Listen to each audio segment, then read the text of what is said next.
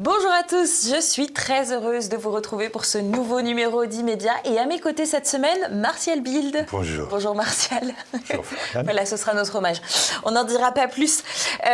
Évidemment, le programme, il vient tout de suite, le voilà. On va revenir sur le cambriolage rocambolesque qui a eu lieu au Louvre et qui continue de faire parler de lui. Vous allez voir, il y a de nouvelles images de la scène du cambriolage que l'on va regarder avec vous. Et puis, on enchaînera sur le cinéma français, toujours sur la thématique de la culture française. Le cinéma français est-il un art de la propagande qui est là pour pomper votre pognon, pour le dire de façon assez peu élégante, mais vous avez l'idée, j'imagine. Et puis, bien sûr, on enchaînera avec les pastilles de l'information. Le portrait piquant de cette semaine, il sera consacré à Sonia Mabrouk. Il s'agit d'une rediffusion, mais vous verrez, et pour cause, elle aura du sens puisqu'on va parler de Sonia Mabrouk. Et puis, eh bien, je vous le rappelle, il ne faut pas oublier ce geste essentiel, c'est le cliquer sur le pouce en l'air, ne pas oublier de vous abonner. On est quasiment au million d'abonnés sur la chaîne YouTube de TVL, donc il y a véritablement un enjeu, chaque clic comptera. Et puis vous pouvez laisser les commentaires juste en dessous, c'est ce que je vous indiquais, ça se passe en dessous de la vidéo. Si vous êtes prêts, on y va. L'image de la semaine, je vous le disais, donc c'est le Louvre qui a été cambriolé. L'AFP a fait quelque chose d'assez habile, je dois dire, Martial. Alors ils ont titré leur vidéo « Les 8 minutes d'un casse spectaculaire » parce qu'en effet, cela a eu lieu en quelques minutes à peine. Et ils ont commencé par citer les propos qu'on a pu voir fleurir un peu partout sur Internet. Casse du siècle, l'humiliation pour la France. Et effectivement, c'est la question que l'on va se poser. Comment est-ce possible qu'une humiliation pareille se produise? Mais avant, je vous propose de regarder une vidéo du braquage où l'on voit les malfrats en train de descendre par le fameux mont de charge qu'ils avaient emprunté. Merde. Ok, merci. Les individus sont en hauteur, ils vont quitter. Putain, ça y est. Donc visiblement, on a eu le temps de filmer, mais pas vraiment d'arrêter les malfaiteurs. Dans Le Parisien également, on a pu voir quelques images de ce qui s'est passé à l'intérieur, donc sur les fameuses vitrines qui posent donc question, mais on y reviendra. Toujours est-il que Rachida Dati, en première instance, quand elle a été interrogée sur ce vol, eh bien, elle a dit « La vulnérabilité des musées est un sujet ancien. Il faut adapter les musées aux nouvelles formes de criminalité. » Pas de chance, on est quand même dans la plus pure tradition du braquage, de quelque chose d'assez classique. Donc là, on a un mont de charge, une disqueuse et 2 T-Max qu'on suffit pour en 8 minutes rentrer dans la galerie Apollon et repartir avec un préjudice estimé à 88 millions d'euros tout de même. Une estimation qui a été produite par Le Figaro. Cambriolage au Louvre pour France Info, un rapport de la Cour des comptes révèle d'importantes failles de sécurité. Effectivement, je crois qu'on peut le dire, il y a eu des failles. Le Parisien également a interrogé évidemment Stéphane Bern, Monsieur Patrimoine, qui est pour le moins en colère, qui parle d'un terrible échec et qui annonce un coup au moral des Français. Effectivement, ceux qui se sont sentis concernés, du moins, c'est assez terrible. Les chefs-d'œuvre appartenaient d'ailleurs, il faut le souligner, au Musée national, donc au domaine public de l'État. Donc, ils n'étaient pas couverts par une assurance privée. Donc, tant qu'ils ne sont pas retrouvés, ces bijoux, eh bien, nous n'avons plus que nos yeux pour pleurer. Voilà, la question des vitrines aussi aura fait beaucoup de bruit. Le Canard enchaîné notamment, mais aussi Florian Philippot, sont revenus sur les nouvelles vitrines ultra modernes, a priori ultra sécurisées. Ça n'a pas été le cas, comme on a pu le voir, qui ont été mises en 2019 par la direction du musée. A priori, les anciennes étaient quand même moins moches, globalement. et surtout plus efficace avec un système de coffre-fort qui enfermait les bijoux dès lors qu'il y avait une alerte. Dommage, c'est pas toujours mieux après et c'était mieux avant, là pour le coup, visiblement. D'ailleurs, la direction du musée a tenté assez maladroitement, je pense, de défendre la qualité des vitrines fracturées. La présidente du Louvre, Laurence Descartes, a été vraiment mise à rude épreuve. Martial, un mot peut-être sur cette affaire. Tout d'abord, les images du Parisien de ce jeudi démontrent quand même que ces vitrines, elles ont résisté aux malfrats. Ils ont eu beaucoup de difficultés à les casser. Ça ne les a pas empêchés de réussir sur au moins 2 des vitrines. Moi, je n'ai pas grand-chose à ajouter parce que beaucoup de choses ont été dites, mais on a quand même... moi, j'ai beaucoup de mal à me repérer dans l'immensité du musée du Louvre. Et moi, je n'ai jamais pensé que la galerie qui abrite l'intégralité de ce qui subsiste en fait des bijoux royaux et impériaux français, la galerie Apollon, donnait sur la rue avec des fenêtres non sécurisées réellement et qui, elles, donnent sur des balcons. Et je me suis dit, en fait, c'est vraiment peut-être toujours le désamour, peut-être même le mépris de la République pour tout ce qui représente la royauté et l'Empire. J'ai quand même ça, ce sentiment en moi. Et puis bon, une autre remarque, c'est qu'il y a des barrières, des chantiers. Alors ça a fait polémique. Moi, je ne parle pas de la responsabilité de la ville de Paris, etc. Honnêtement, je n'en sais rien au moment où nous parlons. Ce que je dis, c'est que c'est tellement habitué à Paris, à voir des chantiers, des travaux que plus personne ne réagit. Il y a eu quand même un cycliste qui l'a fait. Et puis on est en face de ce qu'on pourrait appeler un raté systémique. Alors, il a été question de la démission justement de cette directrice du Louvre, Martial. A priori, Emmanuel Macron l'a appelée à plusieurs reprises ces derniers jours en lui disant notamment « Tenez bon, il n'est pas question de casser la dynamique de rénovation du musée ». Ça, c'est assez fabuleux. En même temps, quelque part, on pourrait s'y attendre de la part d'un président qui ne veut pas démissionner. Il ne va pas faire démissionner les gens qu'il a nommés. D'ailleurs, il avait lancé un grand plan nouvelle renaissance pour le musée du Louvre il y a 8 mois, Emmanuel Macron. C'est l'inverse du roi Midas, quoi. Tout ce qu'il touche finit mal. Et bien sûr, alors on a eu cette petite pépite de LCI que je vous livre ici. Vol au Louvre, des annonces sur Le Bon Coin russe. Ils ont réussi à vous le faire. Cette fois-ci, c'était encore la faute des Russes. Pas sûr toutefois que ce soit une piste très sérieuse pour les enquêteurs qui sont actuellement sur le dossier. Place maintenant à notre dossier du jour, si vous le voulez bien. Notre dossier, je vous le disais, il va être consacré au cinéma français. Martial, vous allez nous éclairer un peu sur comment est-ce que notre argent est pompé par le cinéma français, du moins. Mais avant toute chose, je voudrais qu'on inverse le sablier et qu'on parte du budget de la culture pour en arriver au cinéma juste après. Et pour cela, eh bien, quoi de mieux qu'une interview de Rachida Dati sur CNews qui nous parle de la somme qui est consacrée au budget de la culture. Représente combien aujourd'hui le budget de la culture ? C'est un peu plus de 8 milliards, dont la moitié est consacrée à l'audiovisuel public. pourcentage ? Un peu plus de 8 milliards d'euros consacrés à la culture. La moitié, donc on le sait, les 4 milliards qui partent dans l'audiovisuel public, c'est-à-dire ce qu'on vous explique quotidiennement, hebdomadairement, en tout cas dans l'immédiat, c'est donc votre argent qui finance les journalistes qui vous mentent, globalement. Il y a eu un article dans Conflit sur le cinéma français, Martial, puisqu'on va y venir.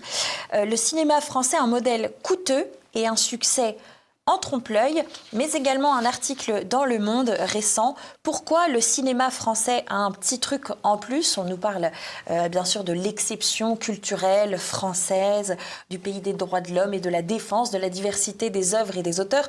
Et on conclut tout de même en citant une productrice. Évidemment, si le RN arrivait aux responsabilités, je ne suis pas sûre que le CNC ne serait pas menacé, le Centre national du cinéma, donc le CNC. Ça fait très peur, car dès aujourd'hui, les discussions menées au Sénat sur l'audiovisuel, par exemple, sont portées par les idées du RN.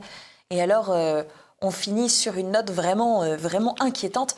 Martial, on va... compte, faire des économies pour le monde, c'est pas possible. Et puis pas toucher l'argent public pour le monde, c'est pas possible non plus. Donc alors donc c'est facile pour le monde. J'ajoute juste une chose sur Rachida Dati, si vous me permettez, Floriane, c'est qu'elle évoque la part pour l'audiovisuel public, elle a raison. Ce qu'elle ne dit pas, ou est-ce qu'elle n'a pas le temps de dire, c'est que dans cet budget de la culture, on a maintenant une masse prépondérante pour ce qu'on appelle le spectacle vivant, et on a renié année après année sur le patrimoine. D'où d'ailleurs sécurité, musée du Louvre. Voilà, retour à cela. Évidemment. Alors, Martial, le cinéma français, avec le CNC notamment, c'est une machine à subvention, pas vraiment forcément un chef-d'œuvre d'ailleurs, comme on va pouvoir le voir. Il existe un véritable hold-up du cinéma français aujourd'hui sur les contribuables, vous diriez ? Ah oui, bien sûr. Jamais il y a eu aussi peu de monde dans les salles et jamais autant d'argent n'a ruisselé sur le cinéma français. Alors, pour être simple et rapide, j'ai pris la situation à travers quelques exemples. De films qui viennent très très récents, dans des semaines passées. Rembrandt, Romain Duris, Moi qui t'aimais, sur le couple Signoret avec Marina Foy et le couple Signoret-Montand. Rembrandt, budget 7,5 millions d'euros. 7,5 millions d'euros, bien retenir tous les chiffres. Nombre d'entrées au final, 34 000. Moi qui t'aimais, budget 6 millions d'euros. Là, on est fait un petit peu mieux, on est à 156 000 entrées pour le film. Je vous ai pris un contre-exemple pour que les téléspectateurs voient bien les sommes et le nombre de spectateurs. J'ai pris le film Sacré-Cœur. Sacré-Cœur, vous savez, c'est ce film qui avait été empêché par la RATP de se faire connaître, publié par les affiches. Ce n'est pas un film, c'est un documentaire. Et pourtant, avec un budget de 690 000 euros, donc on est à un dixième des deux autres films, Rembrandt et Moi qui t'aimais, on approche là, on a dépassé ce jeudi les 200 000 entrées, et ce n'est pas fini. Voilà, ça c'était pour vous mettre un tout petit peu les sommes, le nombre de spectateurs sur 3 films très récents, qui sont encore pour 2 d'entre eux à l'affiche. Je crois que Rembrandt a disparu au bout de 2 semaines. Est-ce qu'on sait exactement, finalement, quelles sont les sommes, l'ensemble des soutiens, du moins, qui sont utilisés pour soutenir ces films et le cinéma français ? Bien sûr. Alors on parle souvent que du CNC, parce que le CNC, c'est un budget de 364 millions d'euros. Alors on se dit, le cinéma français, c'est le CNC, c'est 364 millions d'euros. Alors en fait, quand on va chercher un tout petit peu plus loin, et pas beaucoup plus loin, parce qu'il y a un rapport de l'Inspection Générale des Finances, l'IGF, qui a été remis en 2024 et qui porte sur l'année 2023, revue des dépenses relatives aux aides au cinéma français, bien sûr. L'ensemble des soutiens publics, donc de l'argent public dont bénéficie le film cinématographique, est de 1,2 milliard par an. 1,2 milliard. Intéressant, vous allez voir, Floriane. C'est un peu des chiffres, mais ça permet que ce soit parfaitement clair. Entre 2012 et 2023, la part des aides publiques, de l'argent des contribuables, donc dans le financement des films, a progressé. Il est passé de 16% à 29%. Il a presque doublé. Donc 29%, on peut se dire, c'est dans un film la part de subvention publique, donc d'argent du contribuable pour le financer, le faire réaliser, le distribuer, etc. Et en fait, non, il faut aller un petit peu plus loin. Parce que 29% ne comprend pas toutes les contributions indirectes publiques possibles. Parce qu'il faut ajouter les diffuseurs publics, il faut ajouter les crédits d'impôt, il faut ajouter la défiscalisation, il faut ajouter la part publique qui, par exemple, se naît à travers l'aide que les chaînes publiques apportent à la diffusion du film. Donc France Télévisions achète par exemple le mauvais film de Bernard-Henri Lévy, 300 000 à 500 000 euros quand même par film, et pour le diffuser sur France 3 à 23h, quand il n'y a plus beaucoup de téléspectateurs, quand ils sont là, ils dorment. Ça, c'est ce que j'appelle les apports publics via les chaînes publiques. Et si on fait ce cumul, alors on arrive, écoutez-moi bien, à 40% du financement public ou parapublic. C'est-à-dire que quand un film coûte 1400, viennent directement de notre poche de contribuables. C'est quand même costaud, effectivement. Alors, on aura compris, Les films français et le cinéma français, c'est une industrie qui est donc ce que vous venez de décrire, sous perfusion. Je crois que vraiment c'est le terme. Il y a beaucoup d'argent qui circule, il y a beaucoup de subventions, mais au niveau de la qualité des spectacles, souvent les Français sont quand même très méprisés dans ces films-là. Est-ce que vous avez des exemples un peu emblématiques justement de ce que notre argent finance? Alors vous savez, il n'existe pas de détails précis film par film, hein, mais j'ai choisi quand même plusieurs films. Alors j'avais le choix, hein. Je suis resté sur 2025.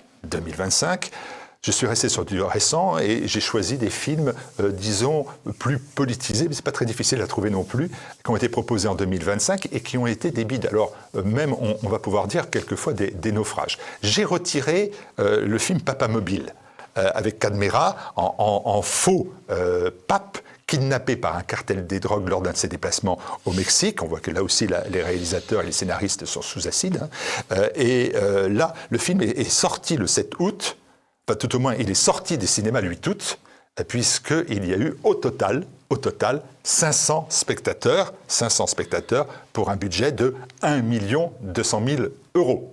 Ça ferait plaisir, ça ferait plus d'un an de vie pour TV Liberté, pour rapprocher les sommes. Donc ça, je n'ai pas parlé de Papa Mobile parce que, bon voilà, c'est un incident industriel. Voilà, 1,2 million, pas non plus exagéré. Alors, j'en ai pris deux beaux. Un qui s'appelle Toutes pour une, de Ouda Ben Mina, alors c'est D'Artagnan qui devient D'Artagnan. Les mousquetaires au service du pire des féminismes, c'est une fresque décrite à grands coups de slogan woke. Et puis je vous en ai pris un autre qui est Le Grand Déplacement, suivez mon regard, de Jean-Pascal Zadi, alors, qui est un comédien, réalisateur engagé, et il a lui le totem d'immunité parce qu'il a déclaré le racisme anti-blanc n'existe pas. Quand on s'en prend à des blancs, ce n'est pas du racisme, mais de l'hostilité. Donc il a son totem d'immunité, il peut donc faire son film. Alors lui, c'est une odyssée spatiale africaine, dégoulinante de bons sentiments et d'antiracisme bien sûr, et on découvre que l'idéologie post-coloniale baise finalement plus lourd que la gravité. Toute pour une, 14 059 entrées pour un budget de 10 millions,68 €. Donc 10 680 000 €, 14 000 entrées. Le Grand Déplacement, c'est 130 000 entrées, c'est quand même 10 fois plus presque, hein, mais c'est pour un budget de 17 millions et plus. Les recettes en salle de ces deux films, c'est-à-dire les spectateurs qui sont venus, qui ont payé en moyenne 12 €. Hein, je vous le fais court, parce que j'ai pris la moyenne en France des prix des billets de cinéma, 12 €. Toutes pour une, eh bien ça leur a rapporté, sur la base donc de 12 € de moyenne, par spectateur, 168 000 €. Donc 168 000 €, je vous rappelle, le budget, 10 680 000 €. Le Grand Déplacement, même chose, les recettes spectateurs, c'est comme ça qu'on recherche normalement, 252 000 €. 252 000 €, budget, 17 millions,1 €. Et je me suis dit, ce que je vais faire, c'est que je vais faire le coût que le contribuable a payé par spectateur. C'est-à-dire que le spectateur a été voir Le Grand Déplacement, ce Zadi, le racisme anti-blanc n'existe pas, on va évoquer une possible conquête spatiale africaine, donc il rentre, il a payé ses 12 €, son popcorn 5 €, il s'assied, et combien ça nous a coûté pour qu'il s'assied ? Eh bien, pour le film Toutes pour une, ça nous a coûté, on s'accroche, 305 €. Quelle indignité ! 305 €. Et pour le Grand Déplacement, ça va nous coûter 326 €. Chaque spectateur qui s'assied pour voir le film Le Grand Déplacement, a reçu un chèque du contribuable français, Floriane, de 326 €. Voilà la réalité de cette situation. Alors après, on a dit, bien évidemment, on l'a vendu aux chaînes de télévision, etc. et tout. Mais là, on s'aperçoit qu'en dehors de Canal+, on en parlera. Souvent, ce sont les chaînes publiques qui achètent les films. Donc, c'est avec l'argent public qu'on achète un film qui n'a pas marché. Et la dernière conclusion, c'est qu'on voit bien qu'ils n'ont pas besoin de spectateurs. C'est infinitésimal. Comment est-ce qu'ils s'y retrouvent Donc, ce qu'ils ont besoin, c'est de l'argent public, ce qu'ils ont besoin, c'est des aides publiques. Et les spectateurs, ça n'a aucune importance. Bernard-Henri Lévy l'a compris, il fait des films qui ne sont pas vus. Et on se moque de lui en disant, mais ils ne sont pas vus. Ça n'a aucune importance, parce que de toute façon, l'argent est entré, c'est un budget de 3 millions pour ces films. Et il se paye. il paye tous ceux qui ont joué. Par exemple, pour le film Cadmerade pour Papa Mobile, avec les 500 entrées, a dit non, finalement, je ne prendrai pas le chèque. Voyez. Donc, mais sinon, il y avait un chèque qui n'était pas obligé de rendre, bien évidemment. Et tous ces cinéastes qui ont fait un bid vont en refaire un nouveau film. Quand un boulanger ne vend plus ses baguettes, il ferme. Quand un écrivain ne vend pas ses livres, il ne peut plus écrire. Mais quand un cinéaste fait un film, avec le système de protection français, le petit truc en plus, le Grisby, eh bien, il peut continuer à en faire et il peut passer toute sa vie à faire des films, vivre de ses films, sans que, bien évidemment, il y ait des spectateurs. Ça n'a aucune importance. C'est tellement vulgaire, des spectateurs. Oui, à quoi ça sert? Ça laisse tomber le popcorn sur les salles. Pourtant, les acteurs réclament quand même un retour du public dans les salles, mais bon, vu le prix des billets, c'est pas pour demain, à mon avis. Est-ce que vous avez quelques remarques, quelques autres choses à nous livrer? Très vite. Deux remarques. J'ai parlé de Canal+. C'est vrai qu'on attaque Bolloré sur sa politique de droitisation des médias. C'est pas du tout le cas pour Canal+, dont il est aussi le patron, parce que malgré quelques désengagements, le groupe Canal, lui, s'est engagé à investir de l'ordre de 500 millions d'euros pour le cinéma français sur la période 2025-2027. Alors, il finance le cinéma par intérêt commercial, il diffuse les films, mais aussi par obligation légale, l'existence même de Canal+. Mais est-ce qu'il est quand même souhaitable qu'il continue de financer à fond perdu des films pourris? Quand on voit arriver un film où il y a un faux pape qui est kidnappé par un cartel de drogue au Mexique lors d'un déplacement, est-ce qu'on doit miser quelques centaines de milliers d'euros sur ce film-là? Donc ça, c'est mon premier point. Le deuxième point, on nous dit que le système de rente dont dispose le cinéma français s'explique par la nécessité de l'exception culturelle. Vous avez fait référence. Et bien évidemment, le Monde évoque cela. L'exception culturelle, c'est une forme de quoi? Jean-Yves serait à ma place, il vous dirait tout de suite, c'est une forme de préférence nationale. Mais c'est une notion qui est rejetée par l'ensemble de la profession du cinéma. Il n'y a pas une nuit des Césars où on va vous dire la préférence nationale, c'est formidable, dont pourtant ils bénéficient. Alors pourquoi bénéficieraient-ils de quelque chose qu'ils ne veulent pas pour nous Français?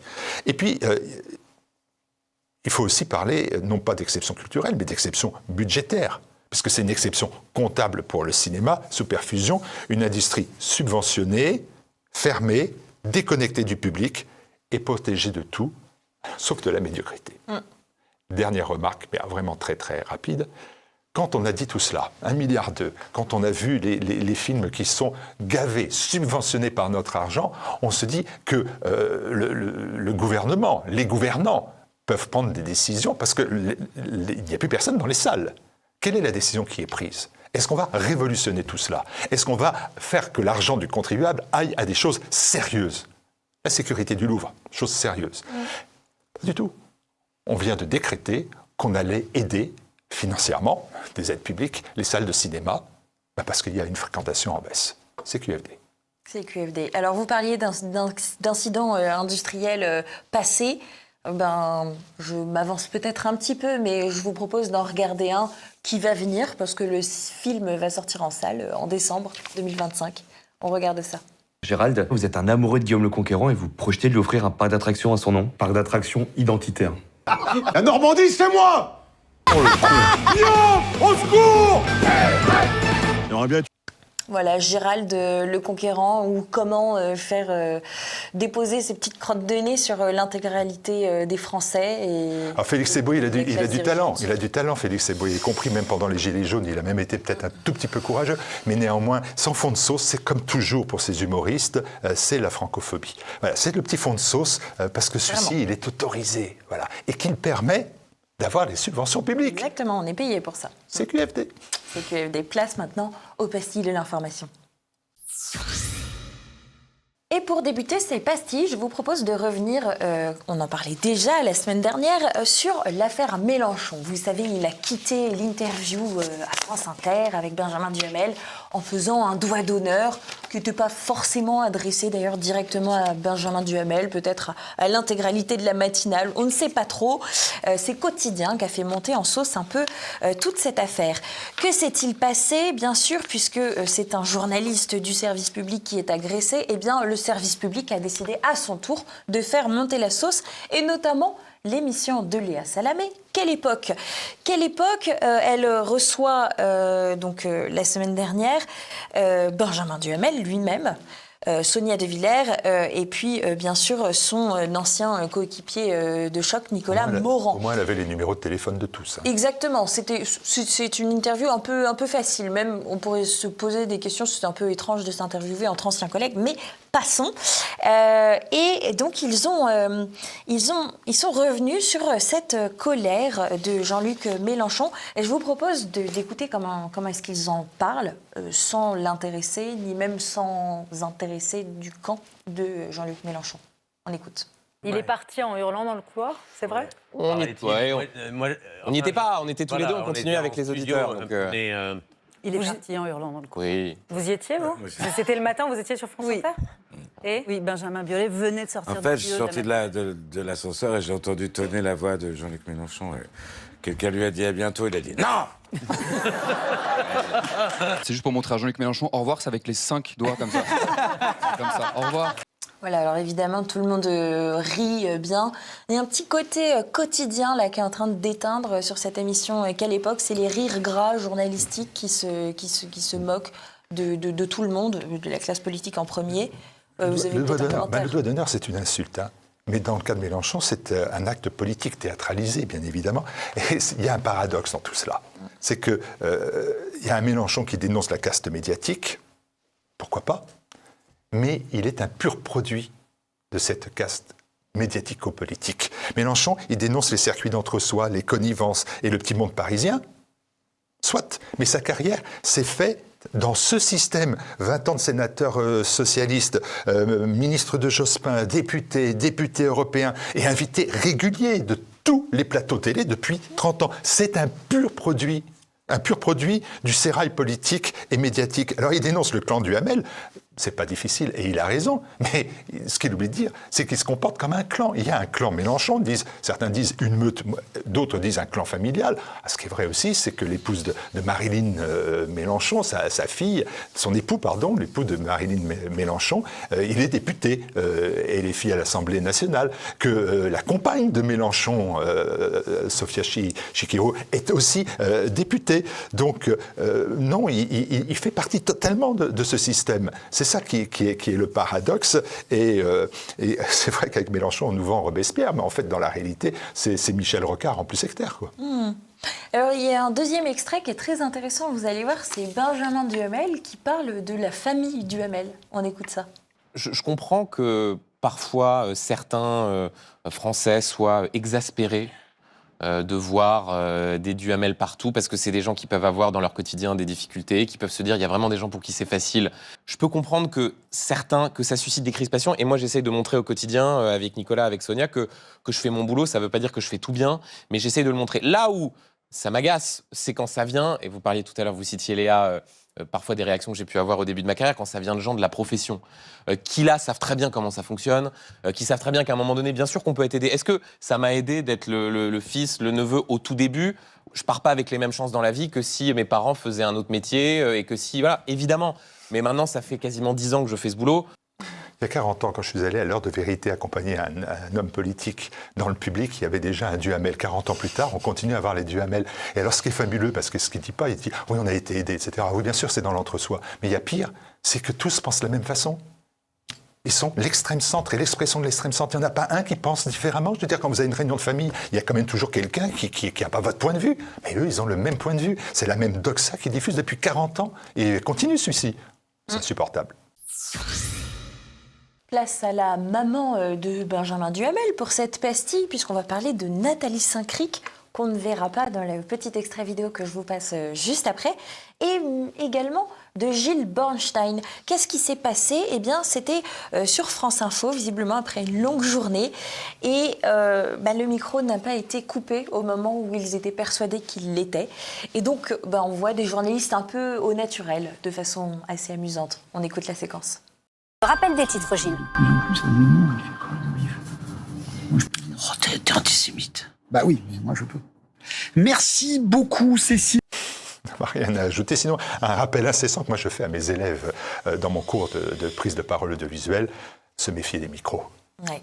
Quand on en a un, on ne dit jamais n'importe quoi. Voilà, et on fait attention aux Ça peut questions toujours autour. être enregistré, toujours.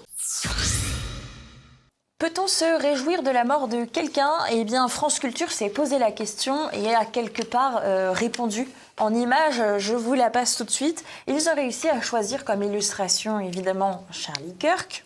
Bon, effectivement, martyr récent, pourquoi pas. Qu'ils ont mis à côté d'Oussama Ben Laden, mais aussi de Jean-Marie Le Pen. L'article apporte quelque peu de nuances philosophiques, assez peu intéressante, mais finit tout de même par vous expliquer ce qu'il faut en penser. C'est que, bien sûr, il faut rappeler que Charlie Kirk avait des aspects radicaux, controversés dans son idéologie et qu'il ne faut pas occulter, même s'il a été la cible d'un attentat politique très élégant. On peut mettre la tête du journaliste de France Culture entre Hitler et Staline. Tous les trois sont passés à la radio aussi. Bon, voilà, non, il n'y a pas de point commun entre les trois personnes.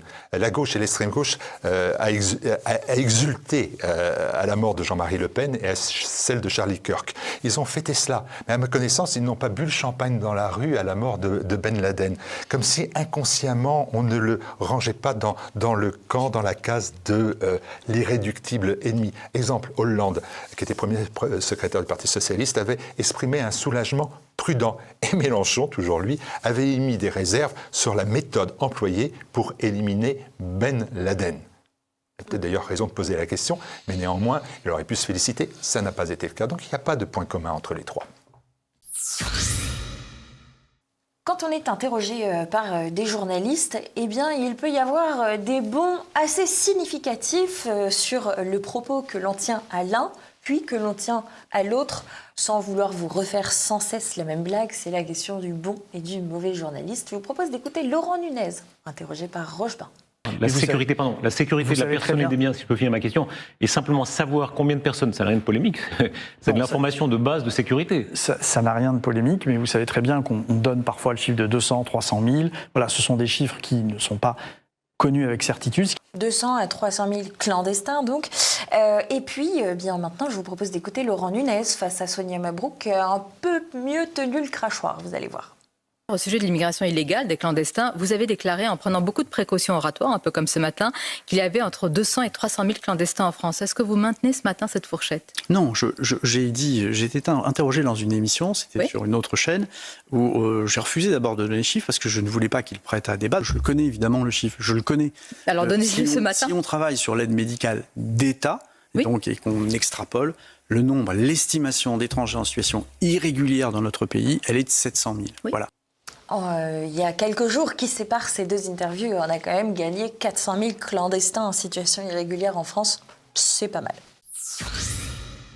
Retour sur le plateau de Quelle époque à nouveau, parce que leur invité un peu star, c'était Alain Juppé. Vous savez, Alain Juppé, il est maintenant membre du Conseil constitutionnel depuis 2019.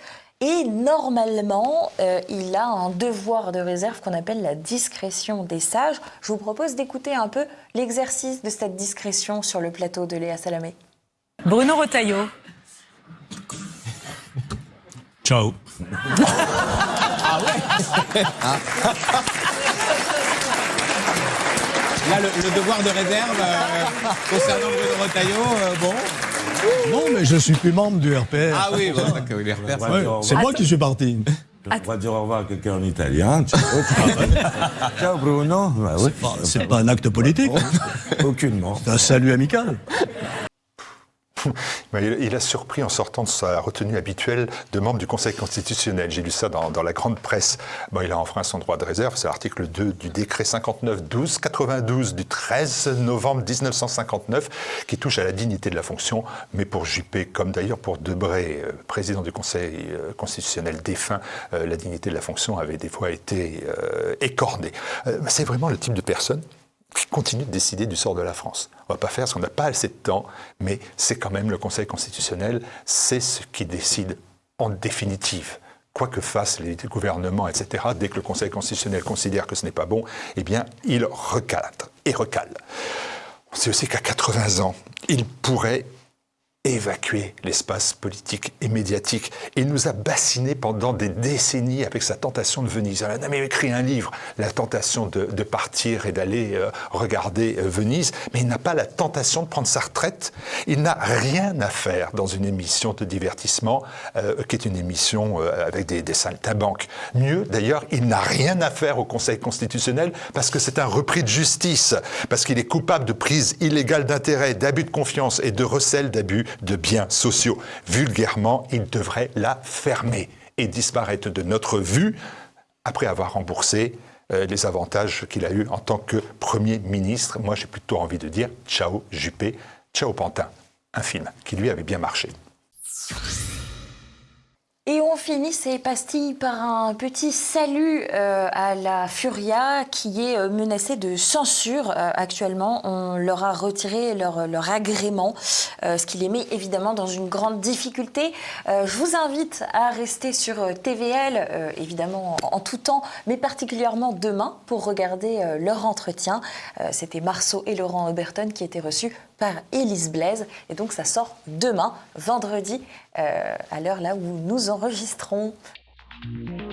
Et voilà, on est arrivé à la fin de ce numéro. Merci à tous de nous avoir suivis. Si ce n'est pas déjà fait, pensez à cliquer sur le pouce en l'air. Pensez également à vous abonner. Pensez à envoyer cette vidéo à votre entourage, à leur dire de s'abonner pour nous faire atteindre le million d'abonnés sur notre chaîne YouTube TVL.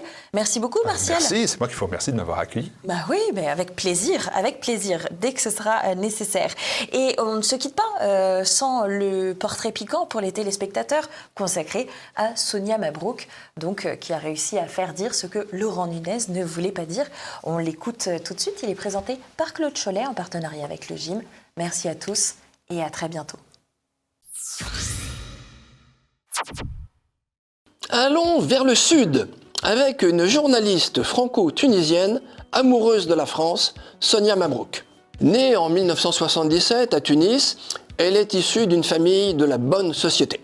Son oncle a été ambassadeur en France, puis ministre des Affaires étrangères. Sonia Mabrouk commence ses études en Tunisie, puis les poursuit à la Sorbonne.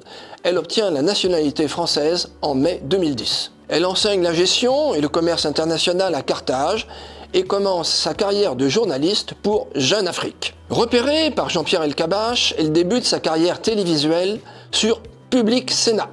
Elle va assurer d'abord l'édition de 22h, puis l'émission de débat On va plus loin. En 2013, c'est à la radio qu'elle fait ses débuts en animant le débat des grandes voix sur Europe 1. Elle rejoint l'équipe de CNews en septembre 2017. Elle y sera au programme de 2 programmes, le Midi News et le Grand Rendez-vous du dimanche. En 2017, elle se fait remarquer à l'occasion d'un échange virulent avec Marwan Mouhamad, président du comité contre l'islamophobie en France, dans l'émission de Thierry Ardisson, Salut les Terriens. Elle lui reproche de se présenter abusivement, comme parlant au nom de tous les musulmans, je cite « Pardonnez-moi monsieur, mais je tiens à vous le dire, vous êtes une caricature, vous êtes une imposture, vous ne représentez rien, absolument rien ». Fin de citation. Sonia Mabrouk s'est aussi distinguée par ses prises de position sur la question du terrorisme islamique. Elle condamne vivement le traitement médiatique des attentats terroristes en Europe et notamment l'habitude de les mettre sur le compte de la folie des auteurs. Elle insiste au contraire pour parler de soldats, de manière à permettre la prise de conscience que ces actes s'inscrivent dans le cadre d'une véritable guerre menée contre l'Europe. Elle dénonce sur Twitter la journée du voile organisée à Sciences Po Paris. Elle réagit ensuite à la polémique sur le burkini par un autre tweet qui lui vaut d'être taxé d'islamophobie. Je cite, « Derrière le burkini, il y a surtout l'idéologie wahhabite et sa propagande qui se répand insidieusement et dangereusement. » Elle fait paraître en 2023 Reconquérir le sacré qui rencontre un certain écho auprès des milieux conservateurs et catholiques du pays. Dans ce plaidoyer pour une réhabilitation de la transcendance, elle y décrit son attachement pour la messe en latin. Elle précise sa pensée dans Valeurs actuelles du 11 septembre 2019, je cite « J'ai pris sur ce sujet, l'immigration, le cas d'un pays que je connais bien, car il est mon pays d'origine, la Tunisie. Elle a pris sa part au niveau des migrants, notamment libyens, après l'intervention militaire franco-britannique. Mais elle a su aussi dire stop quand elle a estimé avoir pris un nombre de migrants suffisant avant de menacer les équilibres identitaires, économiques ou politiques. J'ai toujours été étonné qu'on puisse tenir ce discours de l'autre côté de la Méditerranée, en Orient et plus généralement dans le Sud, et qu'on ne puisse pas le faire en France ou en Europe. Tout simplement parce qu'on culpabilise tout le temps les Européens. Fin de citation. Pour ces simples mots, on peut lui dire merci.